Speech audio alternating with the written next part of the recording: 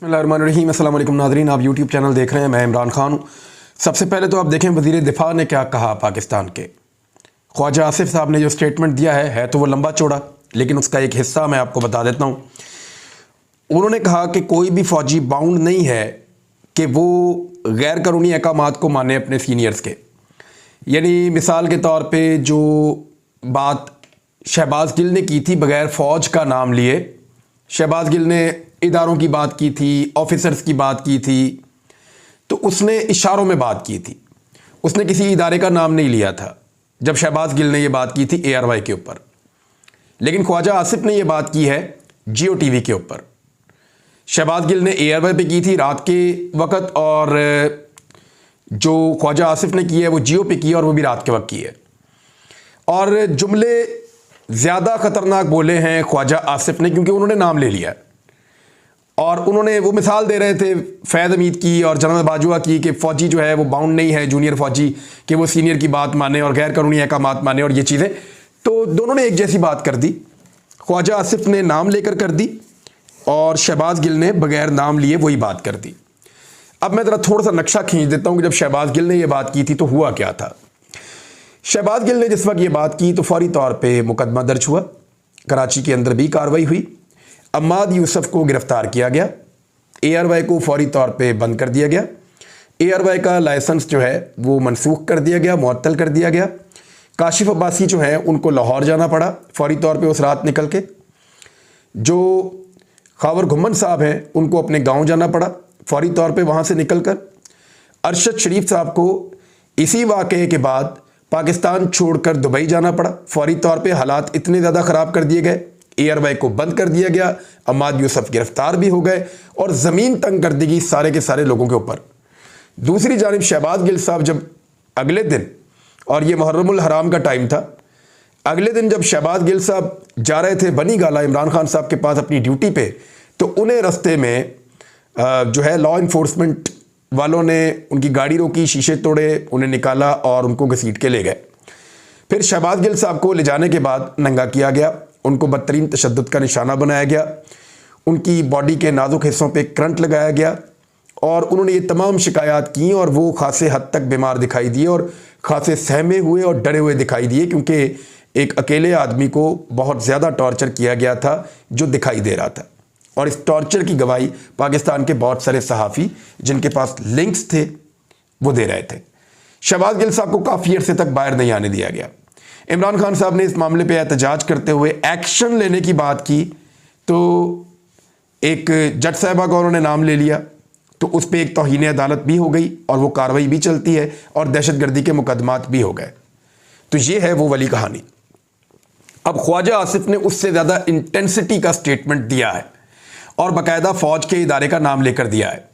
देखना यह है कि जिन लोगों को बहुत गम व गुस्सा था और जिन्हें यह लगा कि शहबाज गिल ने लिमिट क्रॉस की है, क्या उन्हें इस मरतबा भी ये लगेगा कि शहबाज गिल ने लिमिट क्रॉस की है, या फिर पाकिस्तान में कानून सिर्फ मिडिल क्लास के लिए है, आम पाकिस्तानियों के लिए है, उन पाकिस्तानियों के लिए है जो टैक्स देकर अपने खून पसीने की कमाई से इस मुल्क के इदारों को चलाते हैं?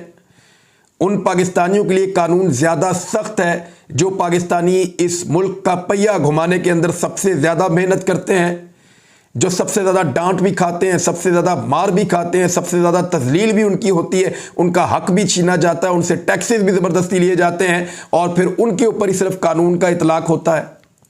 या अलीट क्लास के ऊपर भी कानून का इतलाक़ हो सकता है? क्या एक ताकतवर वज़ीर के ख़िलाफ़ भी कानून उसी तरह हरकत में आएगा जैसे एक शहबाज गिल के ख़िलाफ़ एक मिडिल क्लासिए के ख़िलाफ़ आया था? तो अगर कानून हरकत में नहीं आता तो पाकिस्तान का हर मिडिल क्लास ये जान ले कि पाकिस्तान में उसके लिए कानून कुछ और है, और एलीट के लिए, ताकतवर लोगों के लिए, या ताकतवर लोगों के दस्ते रास्त जो लोग हैं या उनके जो साथी बन जाते हैं, उनके मफादात का जो लोग तहफ़्फ़ुज़ करते हैं, उनके लिए पाकिस्तान में कानून कुछ और है। ये एक टेस्ट केस है। देखना होगा कि पुलिस, अदलिया, इदारे, निज़ाम सारे इस मामले के ऊपर क्या रुख इख्तियार करते हैं और इसको क्या उसी तरह उठाते हैं जैसे शहबाज गिल वाले मामले को उठाया था। मरियम नवाज़ साहिबा अपने वालिद की सियासत का कुछ भी बाकी नहीं छोड़ना चाहती, मुझे तो ऐसा लगता है। यानी मरियम नवाज़ साहिबा ने एक नया बयानिया दे दिया एक इंटरव्यू देते हुए, उन्होंने फरमाया कि नवाज शरीफ साहब को जब वो अरेस्ट थे तो उनको जहर दिया जा रहा था। अव्वल तो इनका सारा खाना ही घर से आता था, हर चीज़ घर से आती थी। और एक मिथ ये भी बताई गई थी कि जो डॉक्टर अदनान है वो कोई चीज़ नवाज शरीफ साहब को देता था जिसकी वजह से उनके प्लेटलेट्स गिरे, और उसके बाद वो टेस्ट करवा के मियां नवाज शरीफ साहब को फौरी तौर पे मैनेज करके पाकिस्तान से बाहर निकाला गया। और इसके अंदर कुछ लोगों ने, कुछ बहुत ताकतवर लोगों ने सहूलतकारी भी की थी। एक तो मिथ ये भी है और ये उस वक्त से चल रही है। मरियम नवाज साहबा ने एक नया कट्टा खोल दिया है। उन्होंने कहा कि उनके वालिद को जहर दिया गया था और इसमें इमरान खान मुलव्विस था और कभी ना कभी ये सच बाहर आ जाएगा। और क्योंकि जहर नवाज शरीफ को दिया गया था तो वो जब हालत उनकी गैर हो गई, उनके प्लेटलेट्स गिर गए, तो फिर उन्हें पाकिस्तान से बाहर भेजने के लिए खुद ही मजबूर हो गए। एक तरफ कहती हैं जहर दिया जा रहा था, मारना चाहते थे, फिर दूसरी तरफ कह रही हैं कि उनको बचाना चाहते थे, उनको पाकिस्तान से बाहर भेज दिए। ये कोई दो बातें अलग अलग समझ नहीं आ रही। और अगर किसी जहर के नतीजे में नवाज शरीफ साहब के प्लेटलेट्स गिर गए थे और वो रिपोर्टें आ रही थी, तो फिर जैसे ही वो हीथ्रो एयरपोर्ट पे उतरे बरतानिया में, उनका जो पहला टेस्ट लिया गया और 3 दिन के बाद जो दूसरा टेस्ट लिया गया, उन दोनों टेस्ट के अंदर मियां नवाज शरीफ साहब के प्लेटलेट्स 2.5 लाख से ज़्यादा थे। तो चंद हज़ार से 2.5 लाख तक कैसे पहुंच गए? सिर्फ एक फ़्लाइट ऐसा कमाल कर सकती है? नहीं कर सकती। ये मैंने चैलेंज किया हुआ, और चैलेंज किए हुए मुझे 2 साल हो गए कि मैं पूरी की पूरी PMLN को और शरीफ ख़ानदान को चैलेंज करता हूँ कि उस हस्पताल की वो 2 रिपोर्टें, जिस दिन मियां नवाज शरीफ साहब 19 नवंबर 2019 को, गालिबन ये वो तारीख थी, जिस दिन हीथ्रो एयरपोर्ट पे उतरे थे, उस दिन जो उनका टेस्ट लिया गया था प्लेटलेट्स का, वो रिपोर्ट चेक करवाएं, लेकर आए मंजरे आम पे, उसको दिखाएं कि जनाब इसके अंदर मियां साहब के प्लेटलेट्स कम है। 2.5 लाख प्लेटलेट्स थे और 3 दिन के बाद दोबारा वही प्लेटलेट्स थे। और फिर मियां साहब ने उन रिपोर्टों को क्लासीफाई करवा के छुपा दिया ताकि कोई और ना देख सके। तो मरियम नवाज साहबा रोज़ाना एक नए लतीफ़े के साथ सामने आती हैं और जिस किस्म की नफरत अंगेज़ कार्रवाइयाँ कर रही हैं उससे PMLN के लोग बहुत खाइफ हैं।